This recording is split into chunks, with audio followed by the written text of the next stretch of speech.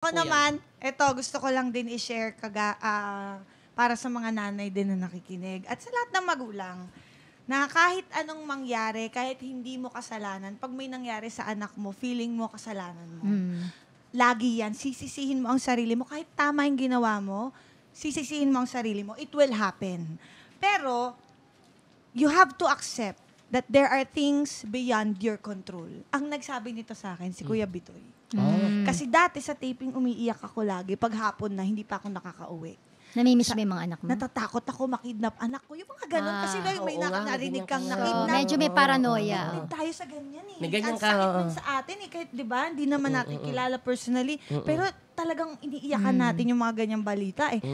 So, paano kung mangyari sa anak ko? Gusto ko na umuwi. Gusto ko dun lang ako. But, you have to like accept that there are things beyond your control at kailangan lang talaga mayroong kang kapitan.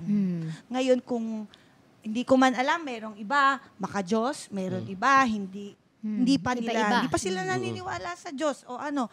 Pero kailangan kang mag-hold on to something. Pero ako ang nag-work para sa akin, yung dasal, kahit random kinakausap mo lang si Lord, na kahit hindi ka mag-sign of the cross, kausapin mo lang, ay naku Lord, pagod na pagod ako. May 20 pesos ka ba? Teka lang, uy. Sabi ko, Ganun lang yung mga simpleng bagay. Masaya yan. Uy, makulit si Lord, ha? Baka naman, meron ka dyan.